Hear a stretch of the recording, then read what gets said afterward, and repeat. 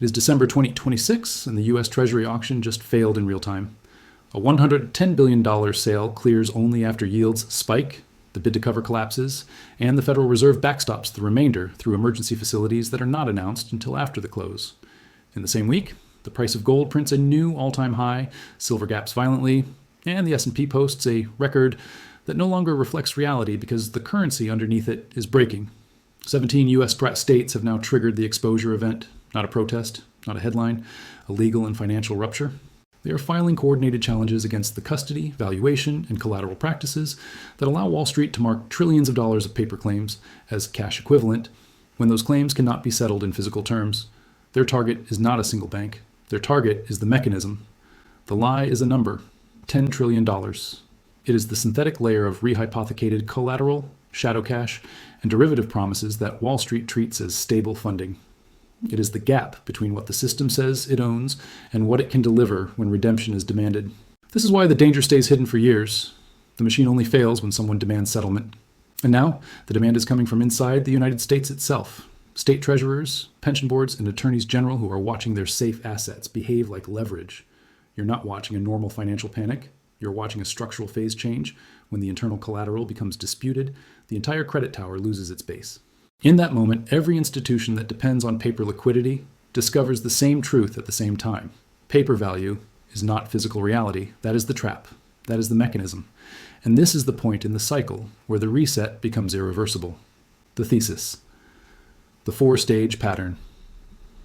History is not a collection of random crises. It is a repeating sequence driven by the same constraint. Every empire eventually issues more claims than it can honor. When that happens, it enters a four-stage pattern that has destroyed dominant systems for 2,000 years. Stage 1 is hard money and dominance. The empire anchors its unit of account to something that cannot be fabricated at will. Gold, silver, or a hard production base. The currency represents a claim on something real, so trust concentrates inside the system. Trade expands, power consolidates. Stage 2 is expansion and debasement. Dominance creates obligations, wars, welfare, global security guarantees, and political promises that cannot be paid with honest taxation. The state and its banking class discover a shortcut. Expand the money and credit supply faster than the real economy. At first, it feels like prosperity. Asset prices rise. Debt is called growth. Stage 3 is crisis and loss of control. Debt service outruns productivity. Interest becomes the largest line item. The system tries to stabilize with rate cuts, stimulus, and new facilities. It stops working. The real economy weakens while the financial layer grows more fragile. This is the phase where confidence fractures, not because people become emotional, but because the math becomes visible. Stage 4 is the reset. The currency is not saved. It is replaced, restructured, or silently devalued through inflation, capital controls, or confiscation by policy. Claims are repriced, paper promises are rewritten. Wealth transfers to the holders of physical assets and scarce collateral. The United States is in stage 4 now. The evidence is not a political speech. It is the fact that the system can no longer fund itself honestly. Debt grows faster than output, interest grows faster than revenue, and the only remaining tool is debasement disguised as stability. The 17 states are not causing the reset. They are exposing the final stage reality.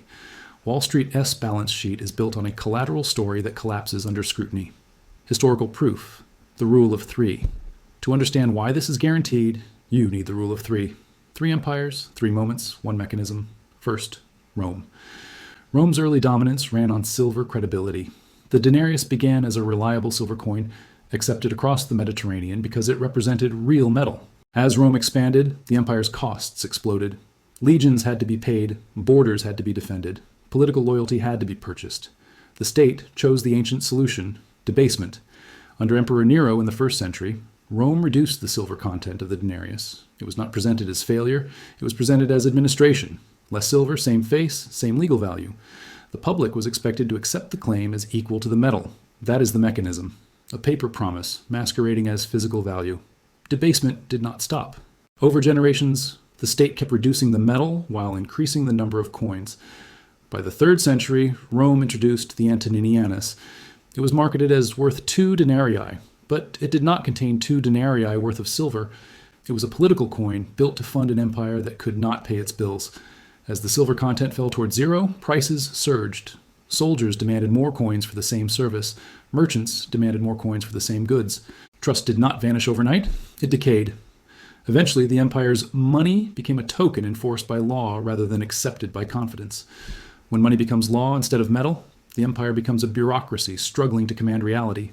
Rome's financial reset was not a policy choice. It was the consequence of issuing claims the system could not honor. Second, Weimar Germany. After World War I, Germany faced a debt structure denominated in hard terms. Reparations were set around 132 billion gold marks. Gold marks were not a mood. They were a weight. The German state did not have the metal and could not produce it fast enough. The choice was default or debasement. The state chose debasement, and it called it printing. At first, it looked like relief. The government paid obligations with newly created marks. Businesses continued. People still went to work. But once the public understood that the state would create unlimited currency to meet impossible payments, the behavior of the entire economy changed. Velocity accelerated. Saving became irrational. Holding cash became punishment. The price of bread tells the story. In the early phase, bread cost around 160 marks. Then the mechanism took over. The mark became a hot potato. By late 1923, bread moved toward numbers that sounded absurd. Billions, then hundreds of billions. Accounts that represented a lifetime of labor became worthless in a season. The important point is not the drama. It is the structure. A currency that can be created without limit cannot function as a store of value once confidence breaks. When that break occurs, inflation becomes self-feeding. The system does not stabilize through persuasion. It resets through destruction of claims. Third, Britain and the United States in 1971. After World War II, the Bretton Woods system anchored global currency to the US dollar and anchored the dollar to gold. It was the final hard link in the modern era. Foreign governments could, in theory, exchange dollars for US gold at a fixed rate. That constraint forced discipline. It limited expansion. Then America's obligations grew. Vietnam War spending rose. Domestic programs expanded. The United States issued more dollar claims than it could back with gold. Foreign governments noticed. They began demanding settlement. On August 15, 1971, President Richard Nixon closed the gold window. That single act ended Bretton Woods and replaced gold discipline with pure credit expansion. The dollar became a promise backed by confidence, and confidence became backed by geopolitical power. That is what people call exorbitant privilege, the ability to issue the world's reserve currency and export inflation through trade and capital flows. From that moment, the modern stage 2 machine accelerated. Debt expanded. Derivatives multiplied. Banking moved from lending against production to trading against volatility. The system became brilliant at one thing, creating paper claims faster than real output. That is why Wall Street's numbers look enormous. They are enormous because the mechanism rewards claim creation. Now connect the 3 examples. Rome shows that debasement begins as a technical adjustment and ends as total collapse of the unit of account. Weimar shows that printing to meet impossible obligations destroys savings and forces a reset. 1971 shows the moment the modern system removed its last physical constraint and entered the era of unlimited paper issuance. The United States today is living in the late phase of that sequence. The currency is unanchored. Obligations are impossible. The only solution offered is more paper, more facilities, more liquidity, more promises. That is why the reset is irreversible. The mechanism always ends the same way. The claims outnumber the collateral, and the system breaks at the settlement layer. And there is one more common feature in all 3 cases. The elite class tried to protect the paper story while the public absorbed the loss. In late Rome, taxes were demanded in hard terms while wages were paid in debased coin. The state created a 2-tier reality. Real goods priced upward, official money forced downward. That split is the signature of stage 4. When authorities cannot restore the unit, they manage perception. They blame merchants. They outlaw hoarding. They threaten price gouging. The reality remains, the money is failing. In Weimar, the same split emerged. Debts were paid in collapsing marks while real assets, land, factories, inventory, rose in nominal terms. People who could convert paper into physical assets survived. People who trusted savings accounts were erased. Hyperinflation did not punish greed. It punished the act of believing the paper claim. After 1971, the split became global. The United States exported inflation through trade deficits and imported cheap goods, masking debasement with abundance. The financial sector expanded the paper layer, futures, swaps, options, structured credit, until the derivative claims dwarfed the real economy. This is how the 10 trillion lie becomes possible, a system trained to treat claims as wealth. The key point is the constraint. Every stage 3 and stage 4 empire discovers a limit. There is always a moment when the world stops accepting paper at face value. That moment is not triggered by ideology. It is triggered by settlement stress. When counterparties question delivery, they demand collateral. When they demand collateral, the paper pyramid is forced to prove itself. That is exactly what is happening now. The states are demanding collateral truth inside the domestic system, while foreign actors are demanding collateral truth outside it. The pressure is simultaneous. The mechanism is cornered. In a corner, it does the only thing it can do. It prints, it inflates, it changes rules, and it calls it stabilization. That is why this cycle is guaranteed. It does not require villains. It requires arithmetic. The modern trap. The pivot to today. Now bring it to the exact trap in front of you. U.S. federal debt sits above $36 trillion. Annual interest costs have crossed roughly $1.1 trillion and are structurally rising because refinancing rolls at higher yields. This is not a debate. It is arithmetic. When interest becomes a primary expense, the state is no longer governing. It is servicing. Wall Street pretends this is manageable because it treats treasuries as perfect collateral and treats the derivative layer built on top of treasuries as riskless plumbing. That is where the 10 trillion lie lives. It lives in the assumption that collateral can be rehypothecated indefinitely without consequence. It lives in the assumption that cash equivalents are equivalent to cash. It lives in the assumption that paper settlement is the same thing as physical settlement. 17 states are exposing that assumption. They are challenging how public funds are parked, how custodians report safety, and how pension obligations are hedged with instruments that require liquid collateral in stress. When states demand transparency on custody and collateral chains, they threaten the most fragile part of the system, the shadow cash layer that exists only as long as no one pulls on it. At the same time, the external adversary is applying pressure. China has been reducing treasury exposure over time and redirecting reserves.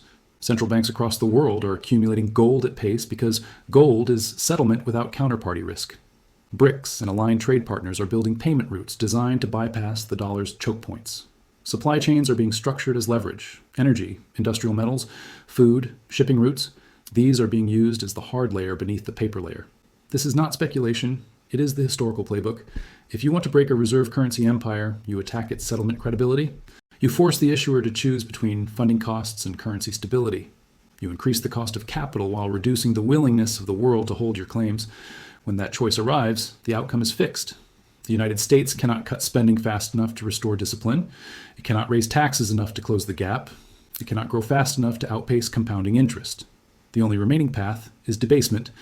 And debasement in the modern era does not look like a coin getting lighter. It looks like emergency facilities, balance sheet expansion, silent yield control, regulatory changes that force institutions to hold sovereign debt, and inflation that is called normalization. That is why the states matter. They are not arguing policy. They are forcing the system to confront collateral truth.